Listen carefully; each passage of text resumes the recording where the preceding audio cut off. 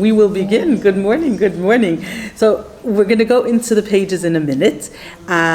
What we are doing is, last time we read through all the different materials of the Mishkan.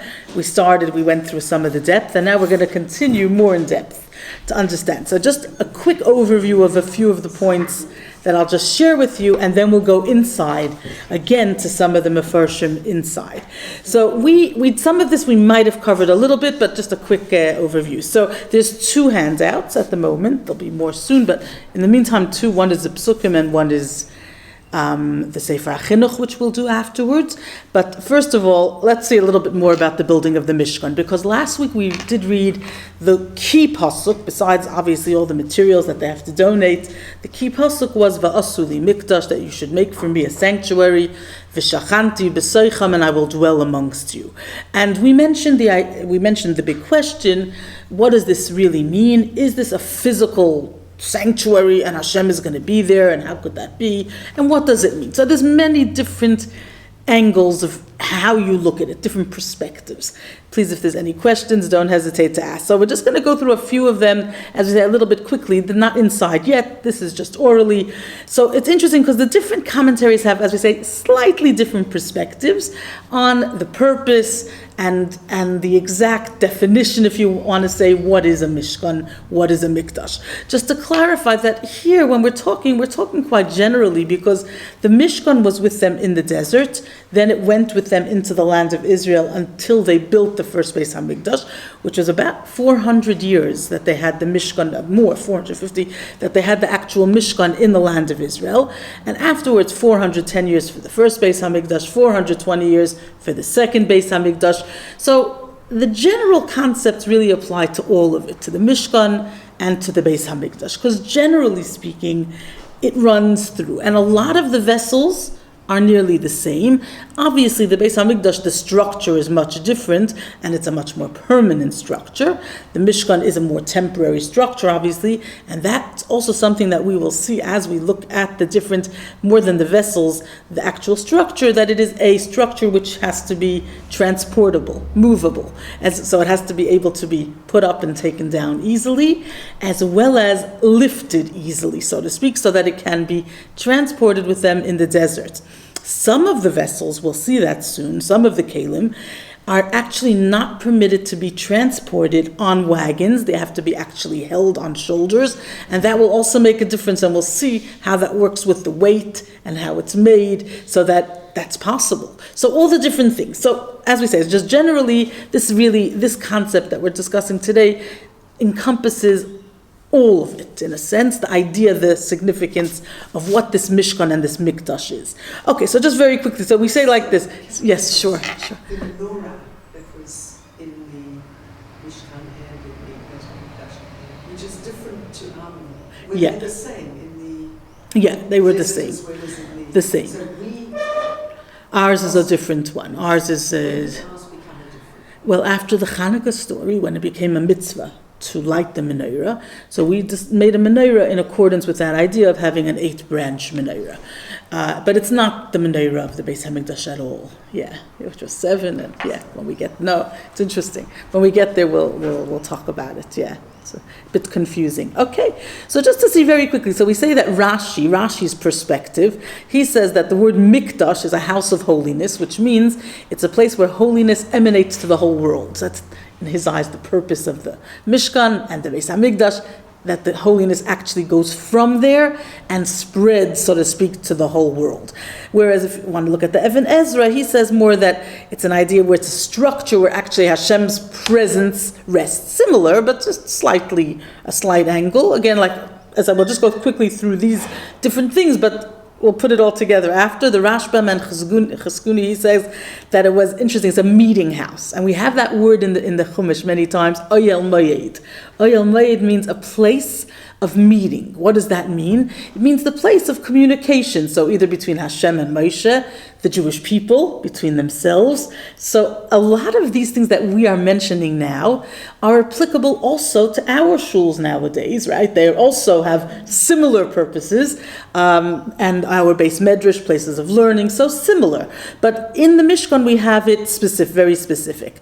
So we say it's specifically a place where Hashem and the people meet. So the physical and the spiritual have a meeting point.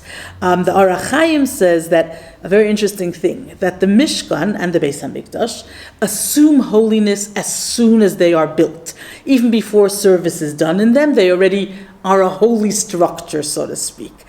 And this is an interesting thing, because the question becomes more afterwards, in a sense. Does it retain its holiness? So what is it that makes it holy? Is it the service that's done there? Or is it the actual structure that has some type of holiness? So according to the Orach Chaim, if you follow the instructions and you build it the way Hashem says so, the Mishkan especially and the Beis HaMikdash, then immediately it assumes a holiness. That's why also we know that there's different opinions what actually happened to the Mishkan. Some people say it was buried, it was never destroyed. It's something which was holy. It's something which keeps its sanctity forever.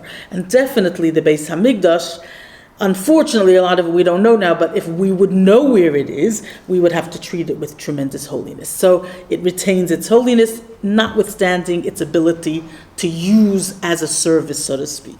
So that's also an important thing. Okay, then just to, as we said last time, the very interesting question that comes up, especially it's in Melachim when Shlomo HaMelech builds the first Beis HaMikdash. Is a very fascinating pasuk, and it says that when he's finally finished the building, and it was a grand, beautiful, magnificent building, and then he makes there's like this comment that it says Hashamayim u'shmei Hashamayim lo yichalkelucha, right? That the heavens and the aretz and nothing can contain God, and yet we're expecting our small structure to contain God. This is a question, but it's also a statement. Why is it the case? Because Hashem said so.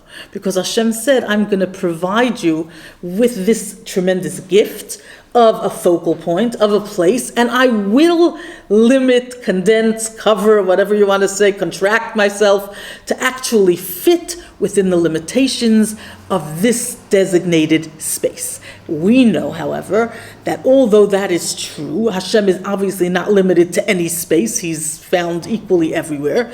However, Hashem reveals himself more in places that he chooses to, or places that we prepare for him. So it has that side to it as well. And this is also an important part, as you can say. It's an interesting thing. It says like that even though we don't assign any physical, limitations to Hashem, nevertheless, the Torah wants us to be able to relate to everything. And because we are physical, limited beings, Hashem provided us with a physical place that he can be revealed, just because that's what will talk to us, so to speak. So that's another important thing. A very beautiful thing that the Medrash tells us. The Medrash says that at Matan Torah, when we started to hear his voice, we were like so overwhelmed, right? And like even our neshama went out of our body because of the amazing revelation of godliness. So there's a pasuk in Tehillim that says, we say it on Friday night, Koil Hashem b'koyach, that the voice of Hashem is in strength. And it's in here, right? They sing it sometimes in shul. It's interesting thing, it doesn't say koychai, according to the power of each individual. It just uses an absolute word, koyach. Very, very interesting, because it means like this. It says an interesting thing. It means that it's not his power, Hashem's power.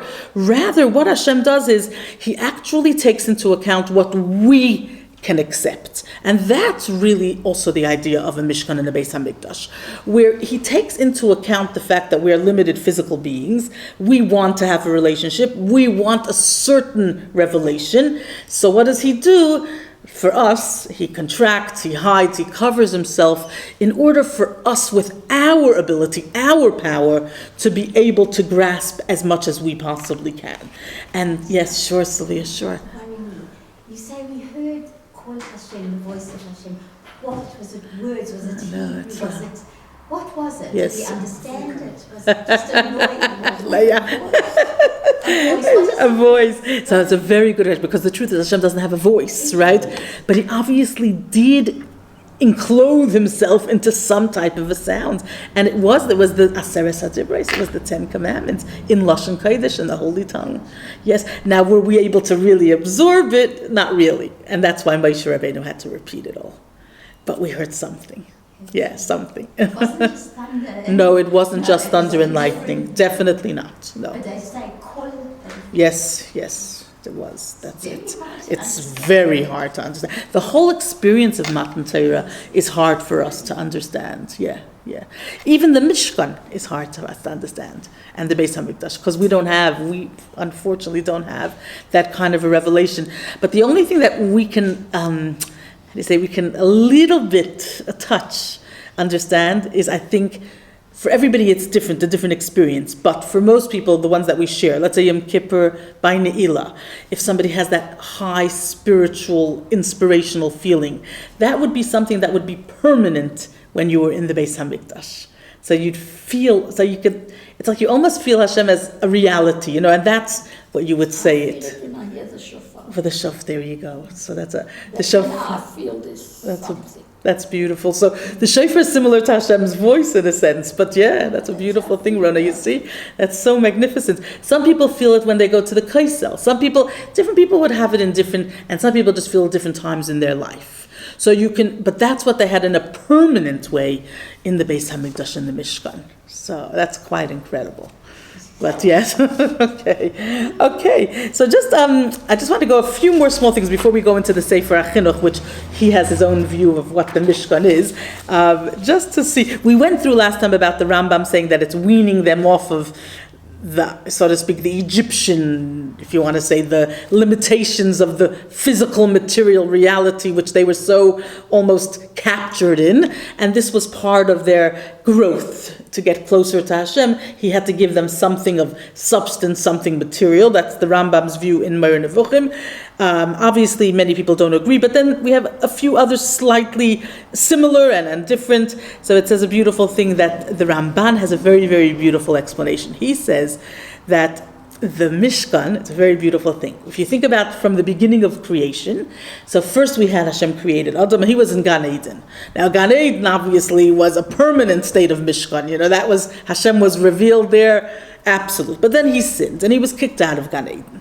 When it came time when the Avos were born, Avraham, Yitzchak, and Yaakov, because they had such a special neshama and they had such a special mission, they were able to start revealing Hashem in this world again. And they reached quite a high level of revelation in a sense where they had a very deep connection with Hashem in a very real way. They conversed with Hashem, so to speak. But what happened was when we went into Egypt, we lost that. Egypt obviously was a place of darkness. The slavery was physical slavery and spiritual slavery. So now the Ramban says, when they left Egypt and they received the Torah at Har Sinai, Hashem wanted to restore the Jewish people back to the level of the Avos. That's what he explains the Mishkan is. So the Mishkan is the experience of the Jewish people almost being again like themselves, Avraham, Yitzchak, and Yaakov, being able to feel Hashem in such a real way. And that's what the Mishkan says. It's a very, very beautiful idea. I just want to see the Abarbanel, he says it's a very symbolic act. What's the symbolism? A very interesting thing. And this is something a little bit different, because until now we're almost saying that it's like you have to go to that place to feel that godliness, even though we know we can all build a Mishkan within our own hearts. But still the place has a certain significance. According to the Abarbanel, it's a very symbolic thing. And what's the symbolism? That the mistake that many people make, and it's easy to make, is that the spiritual reality is somewhere else. So Hashem does create the world. He's in charge. He's in control. But he's above us, a little bit beyond us, so to speak. And there's this separation.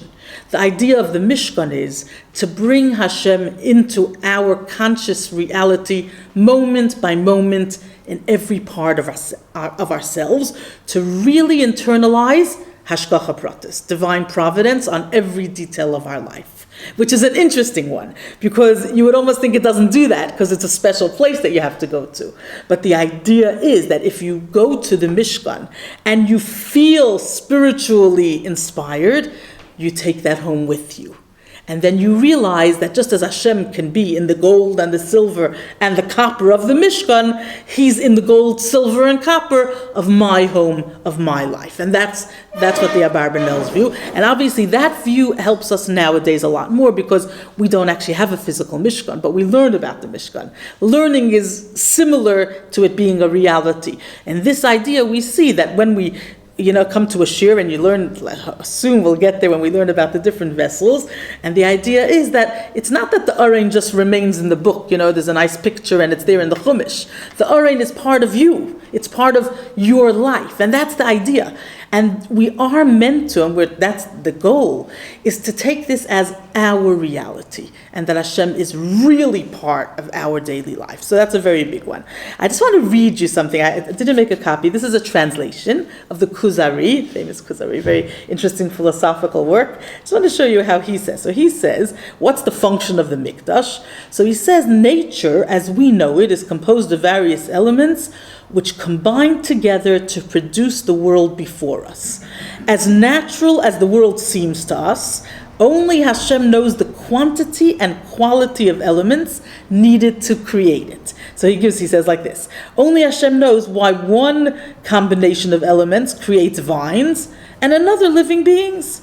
So he says, so too with the Mikdash. Hashem commanded certain dimensions and specific materials for the construction of the Mikdash. These, coupled with the Israelites' donation of the necessary materials, combined to breed a new spiritual force which led Hashem to dwell among the Jewish people. So it's really something that we explain generally about mitzvahs all the time. Many people have a question. They say, what? Do you think Hashem really cares about a detail like, if you light candles at 7 o'clock or 10 past 7? What's the big deal? Or 7 or 7:30? Who cares, right? All these little details. You have enough wine in the cup, you don't have enough wine in the cup. What's the big spiel?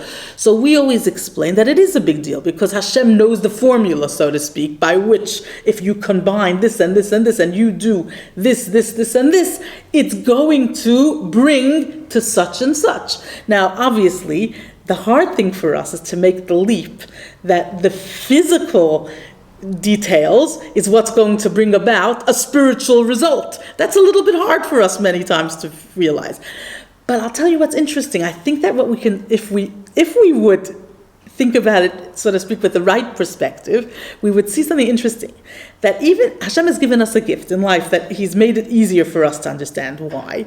Because and nowadays we know it even more. If you ever go, sometimes you go to a doctor, you say you're not in such a good mood. I'm not talking about clinically depressed, just a little bit low. Sometimes what they'll say to you is exercise. Right? Exercise, walk. And now they've proven it, that it actually does. It lifts whatever, it lifts to exercise. What does exercise have to do with mood? So you think mood is an emotional state of being. Exercise is a physical movement of the body. How could shaking a body, so to speak, change your mood? But it does. It's a fact. So if the physical affects the emotional, why shouldn't the physical and the emotional affect the spiritual? It's all the same.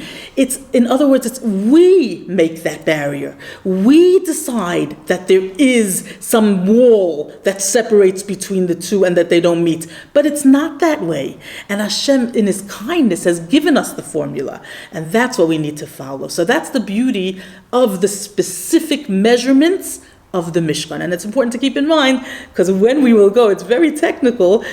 Does it really 1.5 by 1.5, and this material, not that material. So we see that, it does make a difference. And as you know, too much exercise, no good. Too little, no good. The right amount, everything works properly, as if you do it properly. So that's how it works. That's as the Kuzari seems to explain it in that way. I just want to see.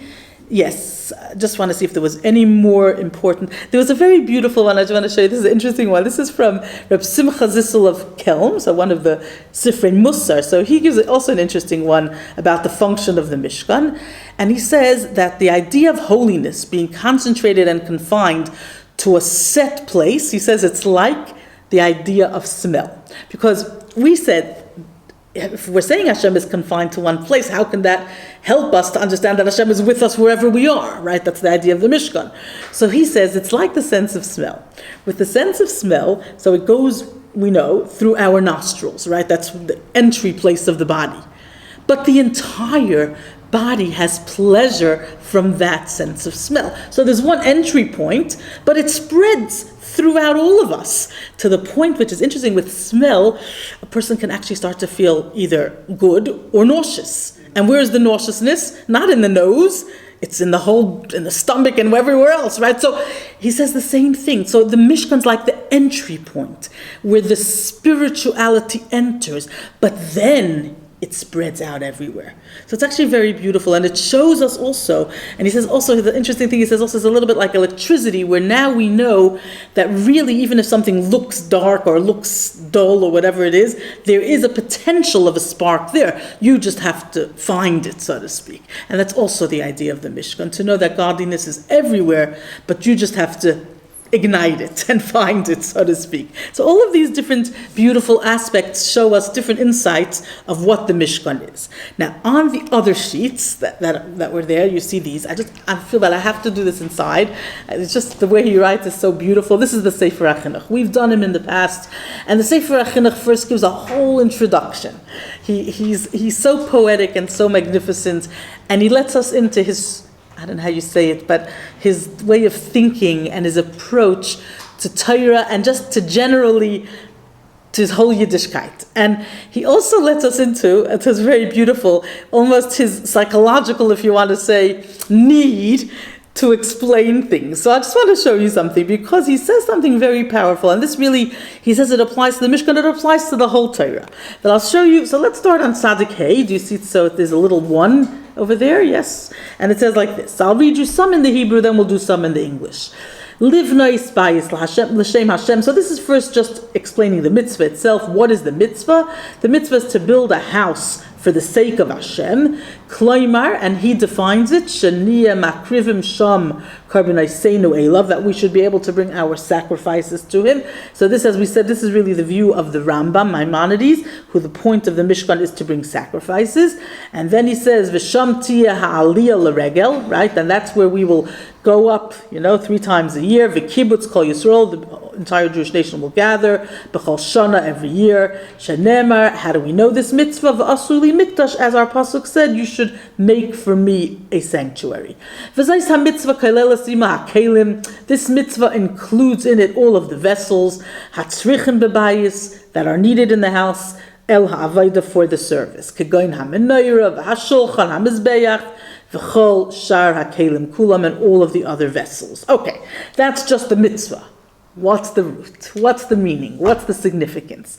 So if you look misharshe, that's how he always says misharshe. So what's the root of the mitzvah? Ma shetire b'soif dvara. You will get to it at the end of my words, because he has to first give an introduction. So what's his introduction? So he says, V'achein miyirasi lehiskarev el mishkan Hashem. Even though I am afraid of coming close to the sanctuary of Hashem. What does that mean? He's afraid. Ki yodati. What? Who is he? The Sefer HaChinuch. It's not known. It's a very interesting thing. It's not so known who the author is. There's different opinions. One thing we do know, and we'll discover here, he's a Levi. When did he live? He lived in about the 1100s, I think, 1200s in Spain. Yeah. Very, very beautiful. He goes through every mitzvah, as we know, and it's a bit confusing exactly who the author. Yes, so let's see. He says like this. V'achein, some people say he wrote for his daughter, some people say that's other people, different opinions. Okay, but he was a Levi, and we'll see here, he hints to that. Okay, v'achein mi yirasi, so I'm afraid, he says, but never, why? Why is he afraid? What does he mean he's afraid? Ki yadati kol hakarev, because I know that anybody who comes close, im loy his kadesh lemada, if he hasn't purified himself, made himself holy enough, so to speak, sufficiently, lo yireh habayis v'chai, will not see the house and live. Now this is very interesting. He's talking not about entering a Beis Hamikdash, right? That's not what he's talking about. He's talking about entering it in the mind, understanding the significance, the root of the mitzvah. So already we see something, that now when we sit here and we learned about the Beis HaMikdash and the Mishkan, the approach that the Sefer HaChinuch has, and really it should be our approach, is that this is not just some abstract concept about a building that existed thousands of years ago. As we are learning, we are entering the Beis HaMikdash. That's what he is saying. And he feels a trepidation. He feels afraid. It's as if to him, even though it's only an intellectual kind of idea, to him it's mamish that he's physically approaching the Beis HaMikdash. And he has a bit of a doubt. Maybe I shouldn't. I'm not pure enough. I'm not holy enough. Who am I? But let's see how he continues he lets us in, as we say, to his own dilemma, if you want to say, what's going through his own struggle. So he says like this, Gam ha-kaihanim ha-nigoshim la-avoda yiskacher, right? The kaihanim, we know when they would come close to doing their service, they would obviously become holy, bevayim el ha-kodesh lefanai, when they approached the holies. V'ha-Leviim achai, you see the Leviim, my brothers. That's how we know he was a Levi. Later on, some people, it says there was other versions that have changed that words, but in the original ones, this is the writing. So anyways, he's a Levi. What did they do? Taharu, they purified themselves. Vayonof, Aaron, Isam, and Tnufa. Aaron had to wave them. There was a whole preparation before they were allowed to come and serve. Terem Yitnu Kailam, before they can sing, because that's one of the big things that the Leviim did. Beheichal Hashem. And he says, Amarti Gamani, Agid Atsosi, Ve'eroich, Hisnatzlusi, Neged Kenai, the Erchatz Benikoyen Kapei, Terem Ele Beis Hashem. A very, very beautiful thing. He says, I'm going to speak my thoughts, and I apologize. I start with an apology. Before my elders, I'm going to wash my hands, he says, in innocence, as the Tillim says. And I'm going to try and purify myself before I start to go up to the house of Hashem. And he says, Yadua hadavar mefursum beinenu ha'am mekable ha'mitzvahs. It's known amongst the nation and all of those who accept upon themselves the mitzvahs. Ki shivim panim la'Torah, right? There are many ways to explain. 70 ways it says, but there's really many. There's so many ways to explain the Torah, and they're all correct. That's a very important thing for people to know, that as we give all the different mefarshim, but they're all correct, right? They're all holy, they're all correct. He says, and each one of the 70 have many different roots, if you want to say, and many different branches in all different ways. In other words, he says, each one has different branches. So there's thousands upon thousands of ways of explaining every aspect in Torah.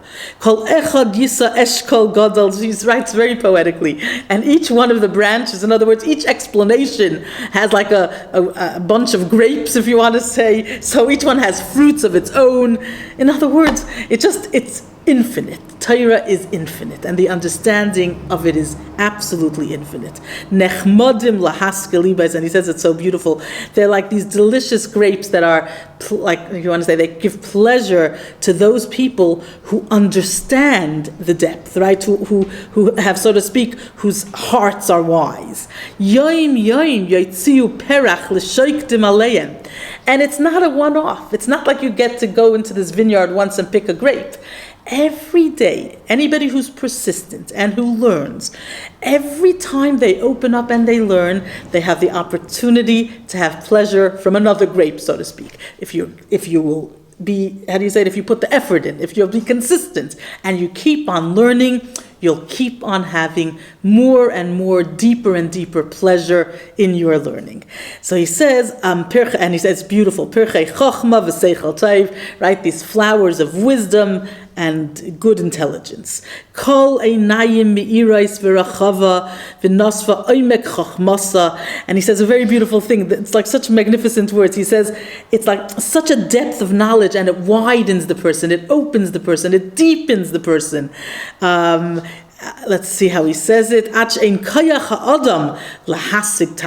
Nobody can ever reach the end. There's no end. It just keeps on going, deeper and deeper. As we say, as Shlomo HaMelech himself says, Amarti, how do you say this? I can't even see. Right? So he said that even though I try to understand, but it's far from me. I can never reach it, never grasp it fully. So as the Sefer HaChinuch says, it does give you tremendous pleasure, but it's always a little bit elusive, because there's always more. And the more you learn, the deeper you see it is. So this is part of the beauty of it. In a sense, it could be a little bit frustrating, but the idea is how deep and how amazing it is, and how much there is to learn. V'im kol zeh ein laharpes yadai ha'isek ba ki im ma'at v'im harbe mimena yoichal kula misuka. Very, very beautiful. And he says, even though, even with all of this, the person, even though, and like we say, it could be a bit overwhelming, and he says it's impossible, I'll never get to it. Even Shlomo Melech didn't understand it properly, so why should I even try? So that's why he says, no, that's not the way to look at it. Every single person should not be lazy and should not hold themselves back. So he says, whether you eat a little bit or you eat a lot, everybody according to their ability, that's fine. Even if you're only going to eat a little bit, you will still enjoy the sweetness of it. You will still have the pleasure. And this is the incredible thing. So he says, I know soon we're going to get back to the Mishkan, but I just want to show you how he says, and he says, V'im kol ze ein, V'im yesh kam asher mipri eitz hagan lo yisasig yodam lakachas, yikhu lahem alehu letrufa. It's very beautiful. He says, and for some people, maybe they won't even be able to get to the fruits. Just take some of the leaves as a healing for them. So and this is a very beautiful thing that sometimes we do feel, especially when you come somewhere and people have been learning many more years, or people have a higher intelligence, or whatever it may be, or have the language, whatever it may be, and you feel a lot less than. Sefer Chinuch says, no. This is for everybody.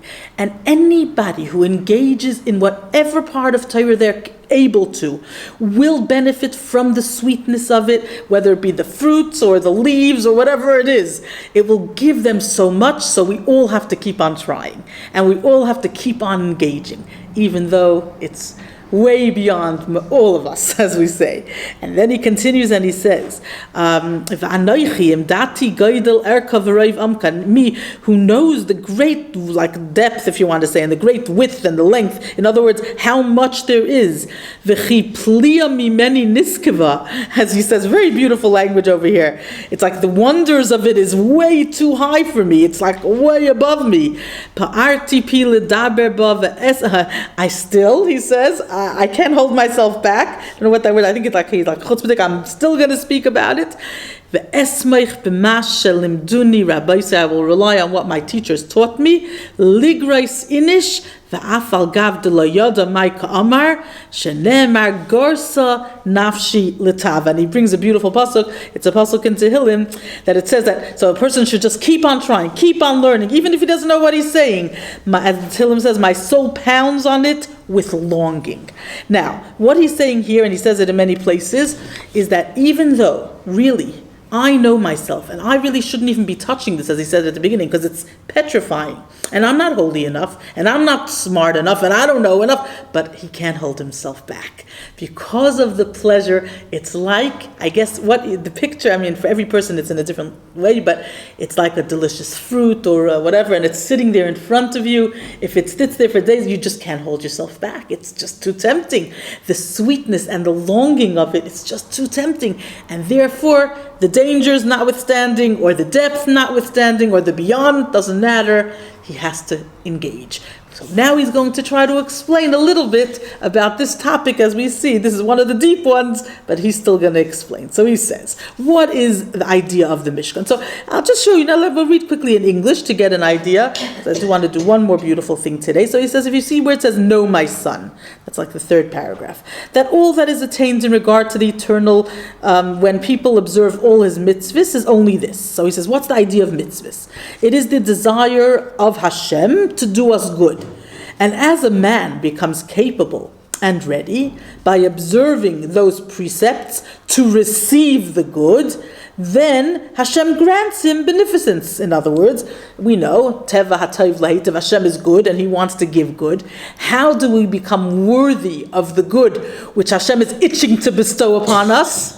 By doing his mitzvahs. That's what he says. He says, you do this mitzvah, then I will be able to bestow the good upon you. You become a vessel for the good. So he says, he therefore made them know the good way, so that they may be good. this being the way of the Torah. For by it a man becomes good. Consequently, anyone who fulfills his precepts fulfills his desire. And what's Hashem's desire? By being worthy then to receive his beneficence, because his desire is to give us good. So we make ourselves good, so we become worthy that Hashem should be able to give his goodness to us. So that's the desire that we fulfill by doing the mitzvahs. On the other hand, if any person does not prepare himself for this, his evil is great, for he knows wherein the desire of the eternal Lord lies, yet he carries out his deeds in opposition to his desire. Okay, so that's general mitzvahs. I just want to see, let's go to the next page. Let's go to page where it says number 3. I just want to read 2 more paragraphs to see, let's see how this applies to the Mishkan. That's generally to mitzvahs. Okay, let's see something here. This you can take and you can read as he says, okay, I want to go now to, let's see now. See where it says, now with this settled clearly in our mind in regard to the precepts. Okay, I'll just tell you orally, he explains that really all mitzvahs are there to make us good. And the truth is that mitzvahs also brings reward. They do. And Hashem tells us, you do this mitzvah, you get this reward. You do this, you get this punishment. And for some people, that's what motivates them. But then there are very great people who they're not necessarily motivated by any reward. They're motivated just because they want to do what Hashem wants. It's similar, as we know, in a small way, to somebody you love. You want to make them happy. It's not because of what they're going to do for you. You just want to please them. And this is like the level of the avos. They did it because they just wanted to please Hashem. It had nothing to do with any kind of reward. He says, now with this settled clearly in our minds in regard to the precepts, it compels us to say that building a Beis HaMikdash for the eternal Lord, there to offer up our prayers and our sacrifices to him, would be entirely in order to prepare our hearts for his worship, not because he needs to dwell in a house of human beings and to come under the shelter of their roof, even if it should be built of the cedars of Lebanon or of cypress woods, for heaven and the heavens of heavens cannot contain him. Right, that's the pasuk that we said, it's in Melachim, as by his spirit they endure. All the more certainly would his glory have no need of a house built by human beings, perished the thought. So obviously Hashem doesn't need the house. What's the idea? So he says this is surely a known and clear matter, that it was all meant, and here's the key, for making our physical selves worthy. For the physical self becomes qualified through his actions. As good actions are multiplied, and as they are continued with great perseverance, the thoughts of the heart become purified, cleansed, and refined. So the more we actually physically do, the more, this is the Sefer HaChinuch's theory generally, that it's not about first paying attention to our beliefs and our feelings. First, we just do, whether we feel it or not, and our feelings will be drawn after our actions. So that's why there's so much detail in the building of the Beis HaMikdash, and afterwards in the keeping, the upkeep and all the sacrifices and all the laws, because it's these laws that give us that focus, and then our hearts and our minds will be drawn after it. And then what will happen? We will be focusing on the presence of Hashem. So it's not for Hashem, as we can see, it's all for us. He doesn't need the house. Okay, just one more paragraph on Hashem. Now Hashem desires good, as we said, for human beings, as we have stated. Therefore, he commanded us to establish a site that should be pure and clean to the ultimate degree of cleanness, and there to purify the thoughts of people and to rectify and perfect their hearts towards him. And that's what happens when we go to the Beis HaMikdash. We feel that even now. We feel that when we go to the Kaisel, you sort of, as you approach and the closer you come, there's that uplifted feeling and that cleansed, almost kind of, it's like a purified feeling. And this is the idea, and this is what it does. And then hopefully you take that home with you. That's the idea. So, as he says. And a very beautiful thing also, he says he chose a site, talking about Yerushalayim, and prepared it for the good of human human beings, perhaps because it is the directional center of the world, and the center was chosen in preference to the extremities. Or for a reason that he knows, we might not know. But the point is, and I just want to read you two more lines, it's a little bit further down in the next paragraph, but just want to show you. So it's interesting, he compares it to just like he sends us prophets, which guides us, so too we say, in his great kindness to set a place for them in the land of Israel that should be prepared for the good of people and for their merit, all this out of his loving kindness for his humans. The point is, in any case, though, in truth, blessing and holiness would increase there according to the good actions that people would do there. It's very interesting, because we said the Beis HaMikdash has a holiness notwithstanding. It does. But the more good we do there, the more we increase the holiness, and the more we will feel the holiness. So it also gives us that, if you want to say, that push and that encouragement to actually be able to engage, as we say. And then he says, beautifully, let's see, and with the good actions, the well springs of good would open in response, for indeed the holiness of the place in its state of ruin is not to be compared to its holiness in its inhabited condition. So now, unfortunately, we don't have it in its completion, but in Mirz Hashem, when it will be rebuilt soon, we will have it in that way. But even now, it still retains a tremendous holiness, and that's something that's mamish, a gift that Hashem has given us. So now, I just wanted, there's one more beautiful thing before we will continue on with the actual kalim. Here. So, there's one for you and one for Sylvia. And so now this is a very important one also as a basis to understand. No, the very beautiful idea here in this sikh. I hope we will, Mirz Hashem will be able to cover this today. Very, very beautiful concept here. And okay. I think that, I have Baruch Hashem, it's good. So on the top you have a kliyakar. So I'll just do this quickly because then I want to go into this. The kliyakar gives a general instruction. Now this kliyakar, truthfully, is taken from later on in the parsha, but it doesn't matter, it'll apply to here. One of the materials that were used in the Mishkan is the Atzei Shittim, the famous Atzei Shittim, however you translate it.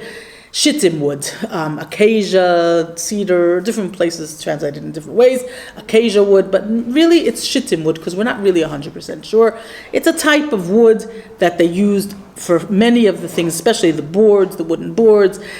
We'll see soon even the arain was made with this acacia wood, but then it was covered with, plated with gold or whatever it is. Okay, so let's see about this. So he says like this. The kliyakar tells us, hakroshim, so those are the boards, and he says, behei hayediyah, hainu oisan arozim, so he's talking about, here it's interesting that he uses the word arozim, and erez is really a different tree. Erez is the cedar tree.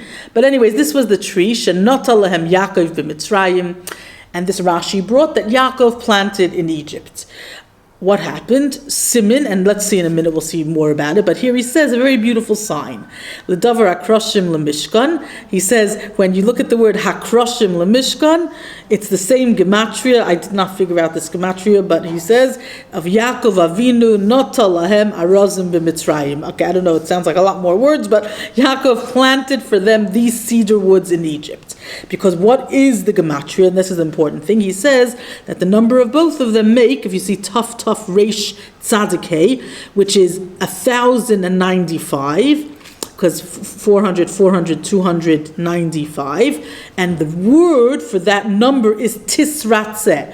Tisratzeh from the word like ratzon, but it really means appeasement, that they were wanted again. Because what's the whole idea of the Mishkan? As we said, one of the big things was that that they built it after they did the sin of the golden calf, and the idea was that Hashem should now rest amongst them again, showing that he was appeased and that he loves them again, right? So there's peace again.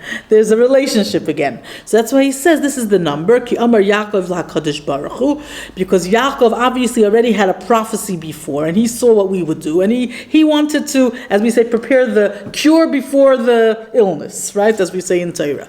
And what's the thing? So he asked Hashem, Bamet tisratzel ma'aseh ha'egel. What? How will the Jewish people, so to speak, make up and be able to do tshuva after? Could you imagine? Yeah, so many years before. Is that amazing, Leah? So many years before he had a vision that something's going to go wrong. It doesn't mean that he saw exactly. See, it's very interesting with prophecies. It could be he just had a sense, a terrible sense. Even Avraham. I know. Even Avram knew about the Egyptian exile, which is a lot longer after, right? And he was, they had these visions, they had this prophet, they were prophets. And these are his children, don't forget. It's not so simple. I'll tell you also why. We won't jump there, but Yaakov had a neshama, we say a neshama klolos, a general neshama. His neshama contained all the neshamas of the Jewish people. So it wasn't even like somebody else doing something. It was something which he felt deeply inside of himself. And he could feel that there was something negative that was going to happen. And he was worried. He was afraid. And that's why, as we say, in the ideal world, nowadays, unfortunately, sometimes Hashem throws us things and we don't know, like now, right, with this virus that they didn't know, so they don't have anything yet prepared. They're trying to work on it. But when you know about something before, you prepare for it. So Yaakov had this, if you want to say, this intuition. So he said, what can be done? So Hashem says, I'll give you a plan. And what's the plan? Something that will help you to remedy the situation. And this is very beautiful. So what is it? So he says, V'heishiv le'akadosh baruch hu ba'atzei shittim. A very simple thing, it seems. These atzei shittim, these special shittim wood. V'chein isa b'medrash. So what does the medrash tell us? Atzei shittim lechaper al shtus ma'isa egel. That these special trees, they were there to atone for the shtus. It's a play on words. Shittim and shtus. Shtus is folly, stupidity, all the, when the people acted in such a way that was literally not understandable when they served the golden calf. And then he says, V'nirtza lahem l'kapara l'fnei Hashem, and this will make them beloved again, wanted again by Hashem. Now this is very cryptic words, and we have to understand, what does this really mean? I just want to see something. I'm not going to read any more now. I want to go into the next part, and maybe afterwards we'll see a little bit more of the Kli Yakar. So let's go now to number 2. Let's understand a little bit more what's happening. So first we have just a general question, and then we're going to come back to this. It says like this. There's a technical question in the Pesukim when we read it. It says, V'yesh leimer habir bazeh b'pashtus.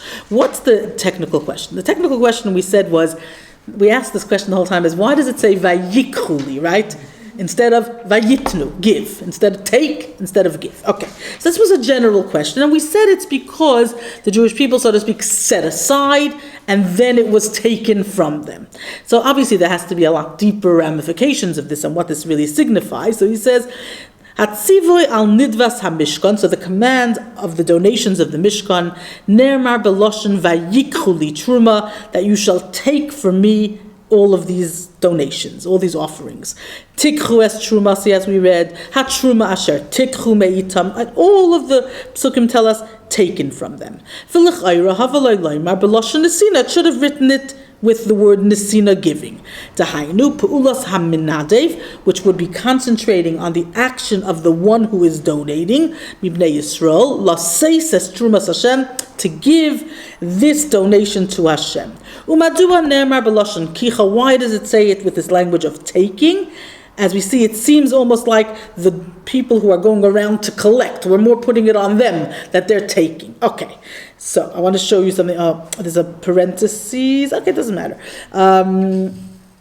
Okay, let's see. V'zeu Perush, She'elas Rashi. So this explains a very big question. Sorry, because we did this so long ago. We are explaining, Rashi tells us something interesting on the Atzei Shittim. He says like this. The question that Rashi asks is, where did they get, remember we said, where did they get this wood in the desert? Remember, so Rashi tells us the whole story, that kind of wood in the desert, where do you get it, right? So the truth is, there are simpler ways to explain it, because they could have just bought it from some merchants on the side, or perhaps, I don't know, maybe they schlepped, whatever, who knows. Anyways, but Rashi tells us a whole beautiful medrash, that Yaakov Avinu planted these, he cut these trees down in Israel, still, and he transported them with him to Mitzrayim. He replanted them in Egypt. The roots, from the roots he took them. Yes, you're right. He uprooted them, exactly. And he replanted them, that's right. And I guess for 210 years, even more, then a lot of them would have grown. And he commanded the Jewish people that when they leave Egypt, they should take it with them.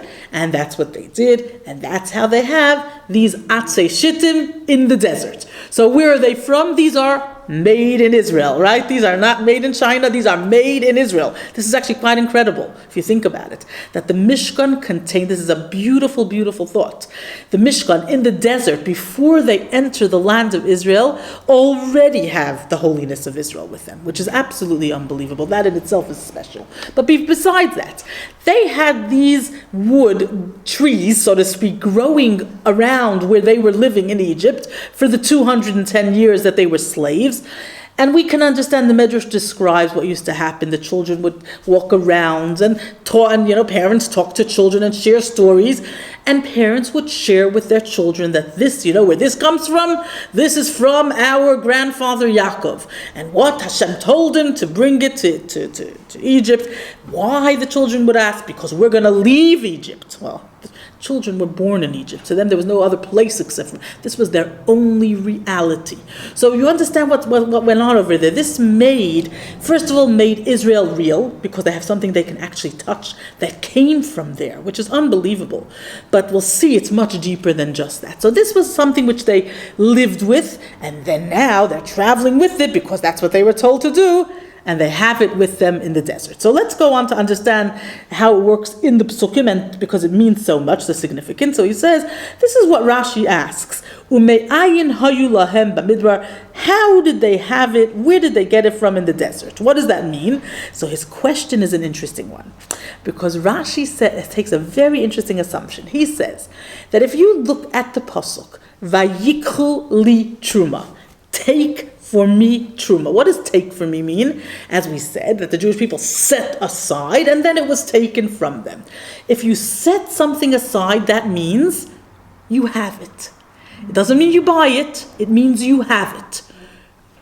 Where did they have it from? Even if they could have bought it, but that's not what it says. It's like, go to your tents and set aside wood. Okay, gold and silver we know they have. Spices we know. But where do you have wood in your...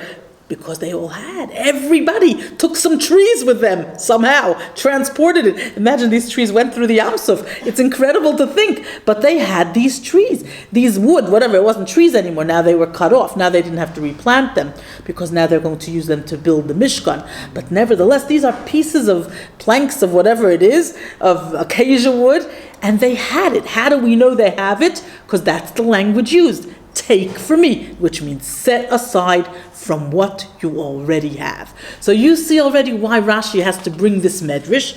That's very, very important. So let's continue inside. I just want to show you, very, very beautiful. So he says, we're on, I think it's still the same page, right? Okay. Let's see. Okay, we don't have to read this part. I want to see. Okay, let's go to number 3, because I'll go to the next page, show you inside a little bit more from the next page. Okay, so, I'm so sorry, I'll tell you this part. It's not going to work, it's so late, such a shame. Okay, this is such a beautiful lesson, but I'll just share one thing. This is not the beautiful lesson, this is technical, but next week. We'll start with it next week. I feel so bad. No, there's such a beautiful one here. Anyways, I thought we would he says a very interesting thing. He asks a question about the dyes. It said different color wool, right?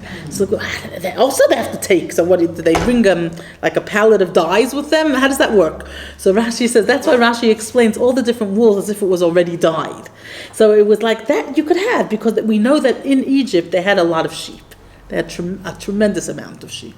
That was one of the things that kept them separate from the Egyptians. So they would have shorn a lot of the sheep, and in the normal way, you do dye different colors. That's a normal thing. So it makes sense for them to have, as Rashi says, semer, which has this color, this kind of a wool, which has the color of purple or the color of red, so that's why it makes sense technically even to say that this was wool of this color, as opposed to saying that they took wool and they took dyes and that's what they donated. It was more wool that was already dyed, so to speak, in that color, and then we'll see what Hashem wants wants them to do with it all afterwards. And also interesting is that he also mentions sheish, and the sheish was flax, as we know, and it's made from pishtan, made from flax, and it says because it grew there in Egypt, and we already were told that grew there in Egypt, and that's why we know that they would have also had that, because that's something that was very, very found. So they also had, so everything that they did, they took from what they had. Is that fast, maybe? Do we have 5 more minutes or no? Yes. We do? Okay, so let's go. So let's go to page number 4. I want to show you. Yeah, okay, good. So number 4. Let's see page number 4. So I'll show you on Hey. So he says like this, that still it's not 100% understood. Let me just see something. Oh, yeah. They actually painted the ships before they left. Before they left. That made, That's one of transformations. You've Yeah. taken something that was there in Mitzrayim, died there, used there, and now you're going to take that same thing. yeah. And use make it. good. And yeah. Better than if you took the raw material. It's quite incredible. You could imagine the luggage was very colorful. Yeah, sheep running around. they had very precious, we think, a lot of times you see the pictures, you think that they left Egypt, these poor, the poverty, well, they were wealthy Jews. This wasn't, it's not simple. These slaves, they had the energy to carry I all know. this through Imagine. the young Imagine, I know. A plank's 100%. So he asks the interesting question. The question that it asks is, why? It's all very nice and good to say that Hashem said to take it from what you have. Why? Why did they have to take it? Why couldn't they just buy it from the neighbors? What's the big deal? Easier. Travel light. We always say nowadays when they weigh us, forget it. You could, we used to travel and schlep everything. You believe it or not, when you're going to Israel, you're going to America, everything's there. You don't have to schlep it with you. Why do you have to schlep it? There's stores there just like there is here. So why schlep? Why did Hashem make it this way? This is the question. So those timbers, they weren't used to build the sukkot in the desert? Okay, so that's an interesting question. It doesn't sound like it. Maybe after the Mishkan, because they had tents. Wood, and apparently it wasn't used. It was for the Mishkan. Yeah, specials. Yeah, it's amazing. Yeah. I don't know what happened after with the leftovers. Could be they were, they could have used that. But at the beginning, what they were, yes, that's right. All designated for this holy thing. So that's the question. So the questions are the answer, but I'm going to ruin it, but I'll just tell you quickly. He says like this, very, very beautiful. He says, as we just said, the whole point was, Yaakov was told to take it down to Egypt, so that when the Jewish people were in Egypt, and they were suffering, and they were slaves, they would have something physical, substantial, growing in their back gardens that will give them, the message of remembering Yaakov, first of all, and B, the hope that they're leaving. Because why would Yaakov have schlepped it down and commanded them to take it with them if it's not going to happen? It's going to happen. It's here. It's a physical reminder that you are actually not here permanently.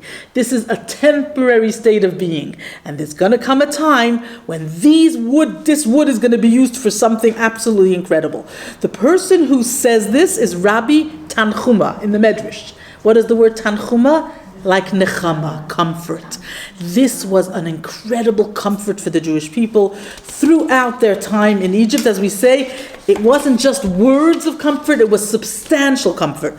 And it continues very, very beautifully. He says that, I just want to see, okay, like I said, we're doing it very quickly, but the nechama, as we say, is like a pshat, it's like a physical thing that they actually can touch and feel and schlep with them, and cut it and take it with them. But the bottom line is that they have it there all the time. And he says that this is a lesson for us as well. This is not, as we said, like the Sefer HaChinuch says, this is not just past tense. This is present tense. What does present tense mean? Present tense means that what we have to realize is we also have atzei shittim with us. So we might say, my backyard doesn't have an atzei shittim. The Rebbe says a beautiful thing, that the atzei shittim that we have are the tzaddikim of every generation. The pasuk says, "Shesulim b'veis Hashem." He says a very beautiful. There's how does the pasuk go? It actually brings it, even in the Kli Yakar he brings it, but it's from Tilim that we say it on Shabbos. How could I forget the pasuk? Sorry. It talks about tzaddik katamar yifrach ke'erez balvanan yiske, right? The righteous will flourish like a palm tree and grow tall like a cedar in Lebanon, ke'erez, just like these. So the tzaddikim are compared to Erez, which are these Atzei Shittim. Every generation we have tzaddikim, and these tzaddikim are literally the Atzei Shittim of our generation. We see them, they inspire us, they lift us, and they give us the reality that this is not permanent. Why? Because a tzaddik is actually a very interesting thing. A tzaddik is similar to us, they're human beings, but they have a special neshama where they can feel the reality of the redemption even now. Because to them Hashem is real. That's what redemption means. So they are like, almost like, if you want to say, they are like those trees that come from Israel. So they are made in Israel. That's what they are. They are the geula at the moment. And these tzaddikim travel with us throughout history. Hopefully this is like enough, and now we're all going back, so to speak, and being retransplanted, if you want to say. But these tzaddikim are very, very beautiful. As he says, the word nasi, which is a word for the leader of the generation, it stands for Nitzutzoi Shel Yaakov Avinu, has the spark of Yaakov, which Yaakov was the one that inspired them to bring these trees. And we know that the word nasi means to lift, to elevate. So what they do, what these tzaddikim do, is they elevate, they lift, they inspire us to go beyond the difficulties and the darkness that we are experiencing, but to make the redemption a reality. And that's the idea, as we say, and that's what, it's so magnificent, and that's why, let me just see how he says it over here, this is our nechama, this is our tanchuma, this is our atzei shittim. So we had to have them with us from Yaakov into Egypt, into the desert, and then back into the land of Israel. And what's very beautiful, it comes full circle, because it comes from Israel and it will go back into Israel. And that's the beauty, that's what we believe, right? As the Jews, that's what we are. We're not, it's not the middle of nowhere. We are in the middle of this circle, and we are getting there very, very, very soon.